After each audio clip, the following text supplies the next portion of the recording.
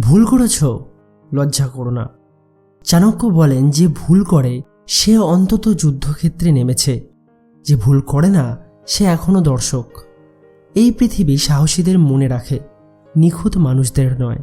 তুমি ভুল করেছ মানে তুমি চেষ্টা করছো, আর চেষ্টা মানেই শক্তি। কারণ কাপুরুষরা ভুল করে না, তারা শুধু অজুহাত বানায়। মনে রাখো, তলোয়ার যত ধারালো, আঘাতও তত গভীর। যে জীবনে বড় কিছু করবে তার ভুলও বড় হবে।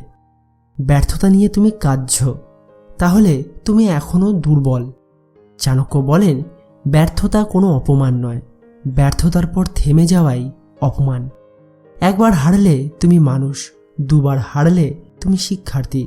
কিন্তু বারবার হারার পরেও যদি উঠতে পারো, তখন তুমি বিপজ্জনক হয়ে ওঠো। তখন তোমাকে হারানো ভীষণ কঠিন হয়ে দাঁড়ায়। এই পৃথিবী আঘাত দিয়ে মানুষদের শিক্ষা দেয়। যে আঘাত সহ্য করতে শিখেছে সেই একদিন আঘাত করতে শেখে।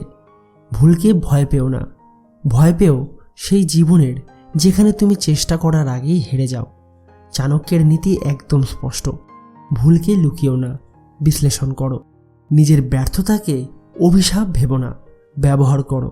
কারণ বুদ্ধিমান মানুষ ব্যর্থতা থেকে পালায় না, ব্যর্থতাকে দাস বানায়। যারা আজ তোমার ভুল নিয়ে হাসছে, আগামীকাল তারাই তোমার সাফল্যের গল্প বলবে। কিন্তু শর্ত একটাই, তুমি থামবে না।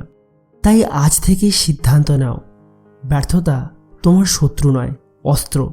প্রতিটি ভুলের ভিতরে শিক্ষা লুকিয়ে আছে, যদি তুমি তাকে চিনতে পারো।